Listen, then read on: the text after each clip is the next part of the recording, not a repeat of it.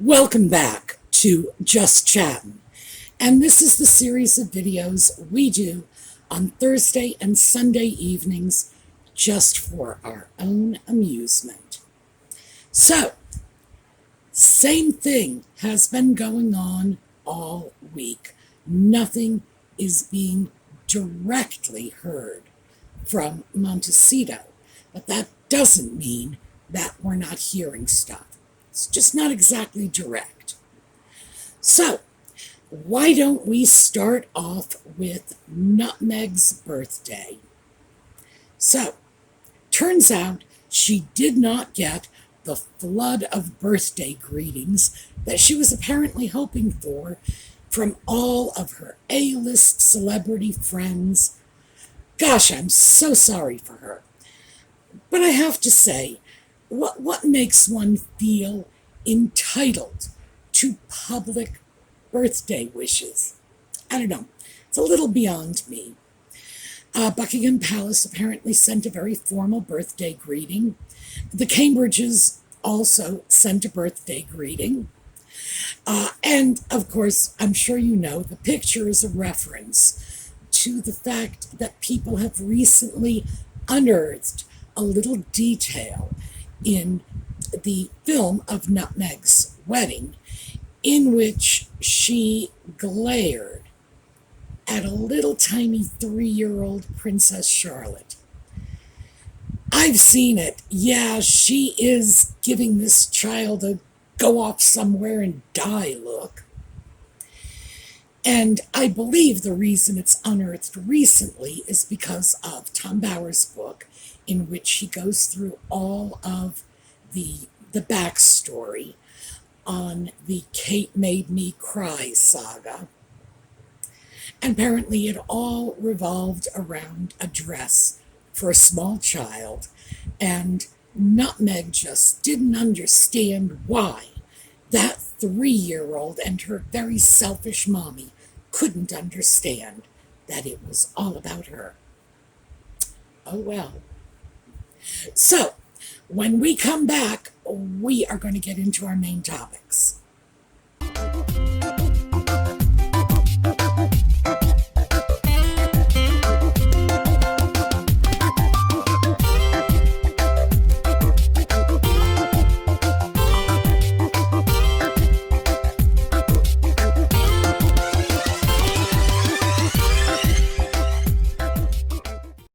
So, let's start with, finally it came in, hallelujah.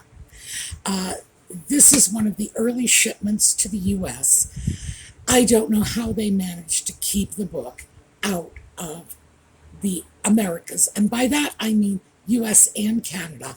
I understand the Canadians still can't get it. I don't even know what to say about that. That's outrageous.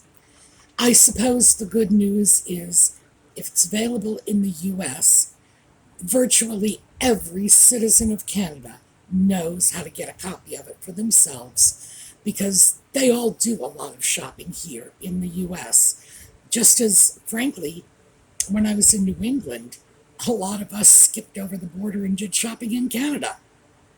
Small world. Well, there are some very interesting stories. I've only had the book for a day, so I really haven't had a chance to get too much into it. I have noticed some errors. One of the most conspicuous errors I noticed early on in the book was that Tom Bower doesn't seem to understand that Pennsylvania is not New England. Now, for those of us in either New England or Pennsylvania, it's sort of a glaring mistake. But I would imagine if you're in the UK, it's like I know every city in Yorkshire. I don't think so. So it's a big deal to us. It's a very small oversight on his part. There are some others. And of course, as I go through this, I am not reading this the way I would read a novel, for example. I am reading this for information. What's there, what's not there, what's hidden, and what might be an error. In other words, this is academic reading for me. I've got my red pencil out. But I thought I would share with you a fantastic story. And this is on like page 3 of the book. So let's take a look at this. Taken from Revenge by Tom Bauer. In Thomas's absence at work, Tom Jr. smoked cannabis with his friends in the house. Doria also regularly smoked cannabis with women friends and sometimes Jeffrey, a friend from her high school days. Doria sympathized with Tom Jr.'s particular problem. As part of California's integration policy, he was bused, without choice, 1 hour across Los Angeles to an all-black school. Regularly, the ginger-haired boy was beaten up by other pupils. For 1 year, Doria urged the local education authority to accept that he experienced sufficient diversity at home. Eventually, his anguish was ended, but the damage to his education was beyond repair. Well, the first thing this tells us is that Nutmeg's claims that she was raised as an only child are nonsense. But that is a terrific story. This is apparently the story of racism and racial violence from Nutmeg's childhood. And frankly, if I were her, I would have trotted that story out years ago. Boy, does that play. And my white brother, the victim of racial discrimination, and my black mother defending him. Whoa, that is stupendous. Boy, would that play well. Now, well, of course, you know she's not going to use a story like that because she's not starring in the drama. It's not about her. But it tells you a lot. It tells you how close Tom Jr. was to Doria. It tells you that even though, and frankly, the book does paint Doria as a rather negligent and indifferent mother, that she did not fall asleep at the switch when her stepson was being victimized. I think it's a fantastic story about blended families, about fighting racism no matter what form it takes, no matter who is victimized. And I think it shows Doria in a very good light. And as I say, Doria is not shown in a very good light overall, because then we have this little nugget. Samantha recalls seeing photographs of Doria with women taken by Thomas on the walls of their home. Thomas was also aware that Doria was sleeping with other men. Quote, "You're being used by Doria," Samantha told her father. The angry teenager moved out of the house. There is a footnote on this, and the footnote is author interview with Samantha Markle. Author interview with Thomas Markle, Samantha Markle, page 73. Okay, as I'm sure you have all guessed, those pictures of Doria with other women that Tom took and hung up on the wall in full view of his teenage children and his baby daughter. What was the man thinking? They were not pictures of a quilting bee. No. So what we have here is a very clear implication that Doria was cheating on Tom with men and with women. And as I say, it just doesn't make her look very good. Now, and this isn't about the fact that she's bisexual. It's the fact that she was adulterous. Now, keep in mind the fact that Tom knew and, well, I was going to say look the other way, but you really can't look the other way. While you're photographing it, it speaks to an extremely dysfunctional family dynamic, especially in light of the fact that apparently Samantha and Tom Jr. fled their mother's home to go stay with their father because their mother's, well, Samantha used the word promiscuous. Their mother's promiscuous lifestyle was causing them emotional distress. Whoa. And sadly, we are talking about children that, if they had any parenting at all, it was probably of all the wrong sort. So, yikes. But, nevertheless, I don't want that to take away from what Doria did when she was defending her stepson from what she obviously perceived to be racially motivated attacks. So, good for you, Doria. I'm glad somebody, somewhere in this world, is willing to stand up and say, racism is racism, no matter who's doing it or who they're doing it to. All right, so let's move on to something really interesting. This one, I'm going to read this to you because this is just... All right, now, let me make clear, I am not reading this from the primary source, but I'll get into that when I'm done. A source claimed, quote, "It's a bittersweet invite for Meghan. On one hand, it fuels her and Harry's confidence that they are very much still part of the family. But after so much time away, Meghan feels Harry will be lured back into the fold and want to return to the UK," explained the source. Meghan doesn't doubt that Harry is committed to spending the rest of his life in America, but does have certain trepidation over how these types of visits can pull at his heartstrings. What's that about? Well, apparently someone close to Nutmeg spoke with the Express in the UK and discussed the alleged invitation to Balmoral from the Queen. Last I heard, there was no invitation. This was just speculation.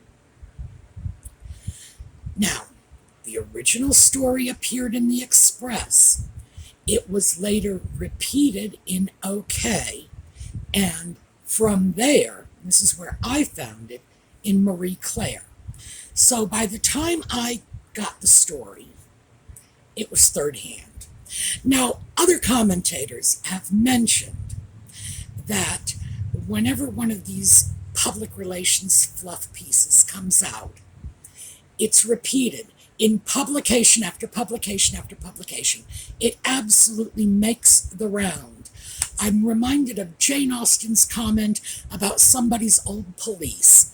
You know, yeah, it's like somebody's worn out sweater.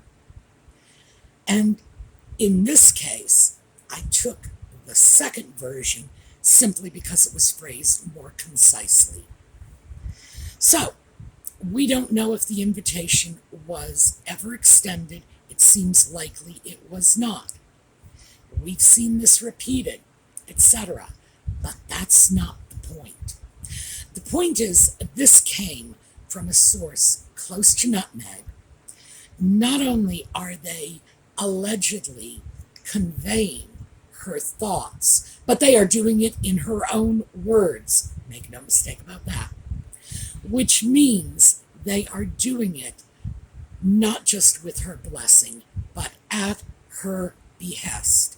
And we know this because this is how she deals with the media. So why don't we start? Because we need to take a look at that statement I know you're probably sitting back saying, Sue, what are you talking about? This is incredible. So let's just take a quick look. On one hand, it fuels her and Harry's confidence that they are very much still part of the family. We know this is the message they have got to put out there because everything wrapped up in their brand is absolutely dependent, completely dependent on their relationship with the royal family. So they have to throw that out. Still very much a part of the family. Now, mind you, we don't even know if the invitation took place, but that's the spin they're putting on it. And we move from there to, but after so much time away, Meghan fears Harry will be lured back into the fold and want to return to the UK. Notice the language. Harry will be lured back into the fold. This is the first time Nutmeg, or anyone speaking on her behalf, has openly made an admission, and that's what this is, that Harry was removed from the fold, that he could be coaxed back in if they give him little treats. Oh, here, little Harry, here's a spoonful of marmalade. Do come back. Well, not only is it very offensive to Harry as an adult man and ostensibly the head of his family, etc., but it's a clear indication that Nutmeg has concerns that he's going to be persuaded to return to the UK. And as I say, these are her words. No question about that. We'll get to that in a minute because I'm sure I can convince you. So what she's saying is that she's taken him away and they're going to be able to get him back. She is afraid of this. That was very clear. She fears. Meghan doesn't doubt that Harry is committed to spending the rest of his life in America. So let's just take that half sentence. She doesn't doubt that he's committed to spending the rest of his life in America. We've seen her do this before. Whenever Nutmeg feels like the ginger sock puppet has not jumped when she snaps her fingers, what does she do? Goes straight to the media. She did that with the dating, when they were dating, and she wore the H&M necklace, and she wore the little bead bracelet, and she stuck the little British flag on the little rescue pup, and posted the bananas, and I mean, it's absurd, but she is the one who intentionally broke that relationship long before Harry wanted to announce it. No question about that. And I don't think any of us have any qualms at all in saying that the announcement from Kensington Palace when they were dating from Harry, press back off my girlfriend, that was hers too. We call that peeing on somebody's leg, And I have to say, in my day, it was sort of the man who did that, and most women felt that discouraging men from peeing on your leg to declare ownership was something of a feminist issue. But then again, we were different feminists, I guess. We kept our maiden names. I'm stunned that she's gone this far. But what I believe she is doing, and I think, to me it's as clear as day, having watched her patterns, is she is forcing Harry into a position where he must make the commitment that he is going to spend the rest of his life in the U.S. She's saying it publicly. Now, if Harry does buy into this and make a statement that he is committed to spending the rest of his life in America,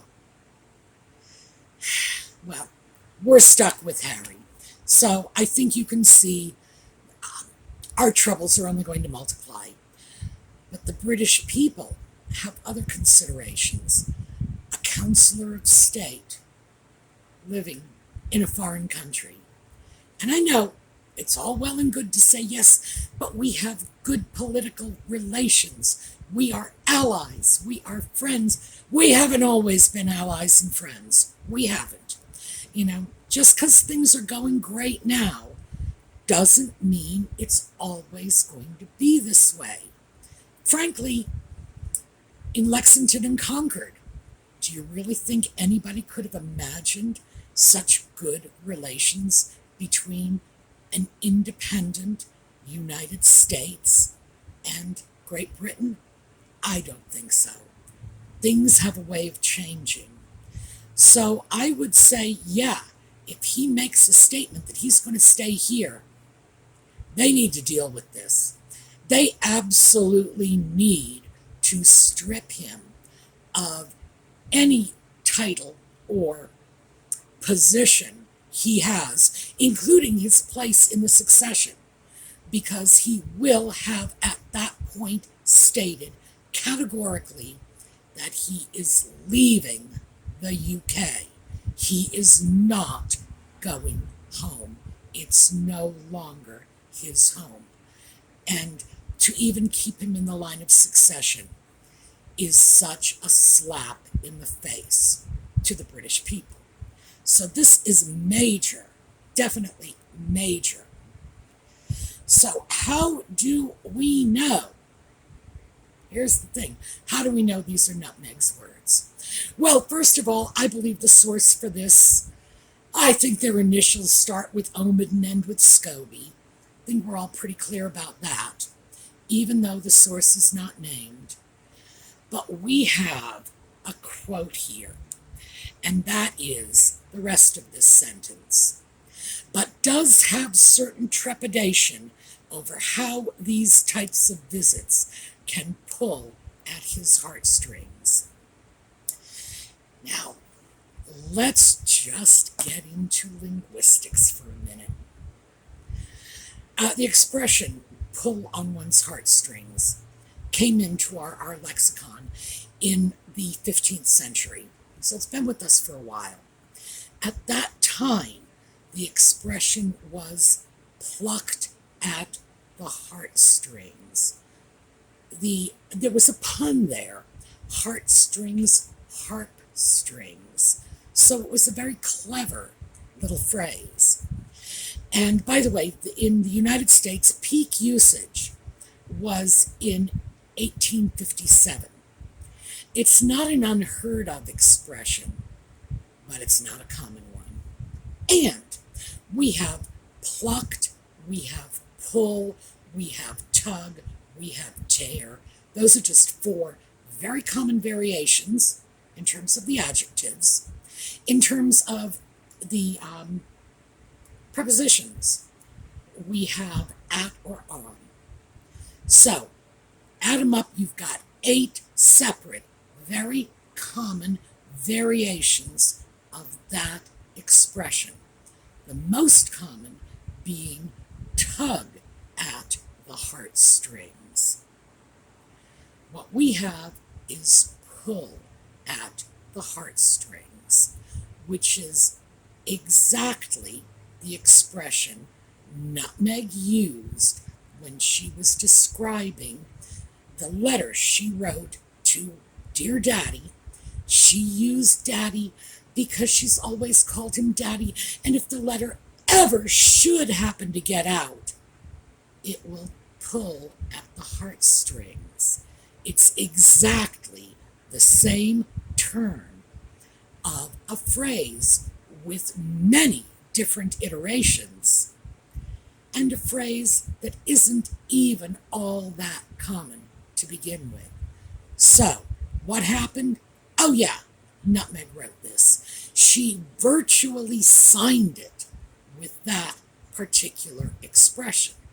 In other words, she wants the world to know these are her words, her sentiments. So, for the first time, she has, in effect, openly stated that it's a tug of war over Harry, that he's in the U.S., but they can lure him back. They're pulling at his heartstrings, emotional manipulation. You know, and we know she knows that because that's what she was doing with her Dear Daddy letter. It's out there. That's why I consider this so significant, because it's out there. The whole world can just look at this and see a straight up declaration of war. They can't have Harry back. They're trying to lure him back. They're using emotional manipulation, tugging at his heartstrings with these visits back. Oh, yes, but he's going to be strong. He's committed to spending the rest of his life in the U.S. Same thing she did with the H&M necklace and the bracelets and the, give me a public statement of support, etc., etc. She is backing him into a corner where he will have no choice but to adopt this position, because she's thrown it out there. She has said, in effect, Harry, this is the party line. You need to stick to it. So, wow. And I find it interesting because it's buried in a little puff magazine like Marie Claire. It's gone out through her traditional public relations sources. It's gone out through the same people who always, without identification, speak her truth for her. Holy guacamole. So, that is what I have for you today. Roll it around in your heads. Tell me what you think. Are you seeing what I'm seeing? Because I am seeing battle lines being drawn. And I'm seeing Harry with no choice but to adopt a position that he himself hasn't really chosen to adopt. Remember the interview with Hoda at the Invictus Games when Harry said that the U.S. was his home for the time being? That was Harry's position. We're seeing it changed for him. So let's see what happens. Like I say, give me your thoughts on this, because I think we are seeing the opening salvo. All right. Have a terrific day, everybody. As I've mentioned before, YouTube's going through their subscription deletion thing. I don't know what is behind that.